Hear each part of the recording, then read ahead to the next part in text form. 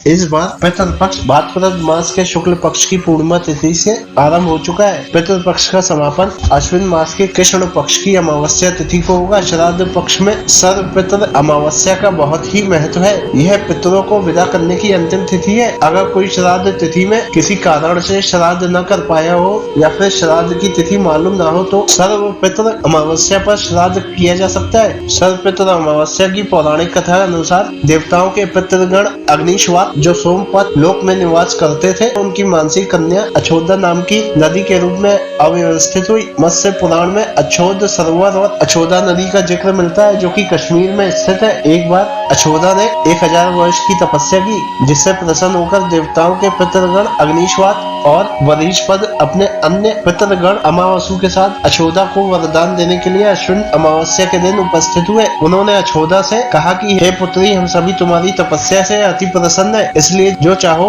वर मांग लो। लेकिन अछोदा ने अपने पितरों की तरफ ध्यान नहीं दिया और वह अति तेजस्वी पितर अमावसु को अपलक निहारती रही। पितरों के बार बार कहने पर उसने कहा, हे भगवान, क्या आप मुझे सचमुच वरदान देना चाहते हैं? इस पर तेजस्वी पितर अमावसु ने कहा, हे अछोदा, वरदान पर तुम्हारा अधिकार सिद्ध है, इसलिए निसंकोच कहो। अछोदा ने कहा, भगवान, यदि आप मुझे वरदान देना ही चाहते हो तो मैं तत्क्षण आपके साथ रमण कर आनंद लेना चाहती हूँ। अछोदा के इस तरह कहे जाने पर सभी पितर क्रोधित हो गए। उन्होंने अछोदा को श्राप दिया कि वह पितर लोक से पतित होकर पृथ्वी लोक पर जाएगी। पितरों के इस तरह श्राप दिए जाने पर अछोदा पितरों के पैरों में गिरकर रोने लगी। इस पर पितरों को दया आ गई। उन्होंने कहा कि अछोदा, तुम पतित योनि में श्राप मिलने के कारण मत्स्य कन्या के रूप में जन्म लोगी। पितरों ने आगे कहा कि भगवान ब्रह्मा के वंशज महर्षि पारशर तुम्हें पति के रूप में प्राप्त होंगे। तुम्हारे गर्भ से भगवान व्यास जन्म लेंगे। उसके उपरांत भी अन्य दिव्य वंशों में जन्म लेते हुए तुम श्राप मुक्त होकर पुनः पितृलोक में वापस आ जाओगी। पितरों के इस तरह कहे जाने पर अछोदा शांत हुई। अमावसु के ब्रह्मचर्य और धैर्य की सभी पितरों ने सराहना की एवं वरदान दिया कि यह अमावस्या तिथि अमावसु के नाम से भी जानी जाएगी। जो प्राणी किसी भी दिन श्राद्ध न कर पाए, वे केवल अमावस्या के दिन श्राद्ध तर्पण करके बीते 14 दिनों का पुण्य प्राप्त करते हुए अपने पितरों को तृप्त कर सकते हैं। तभी से प्रत्येक माह की अमावस्या तिथि को सर्वाधिक महत्व दिया जाता है और यह तिथि सर्व पितर अमावस्या श्राद्ध के रूप में मनाई जाती है। उसी पाप के प्रायश्चित हेतु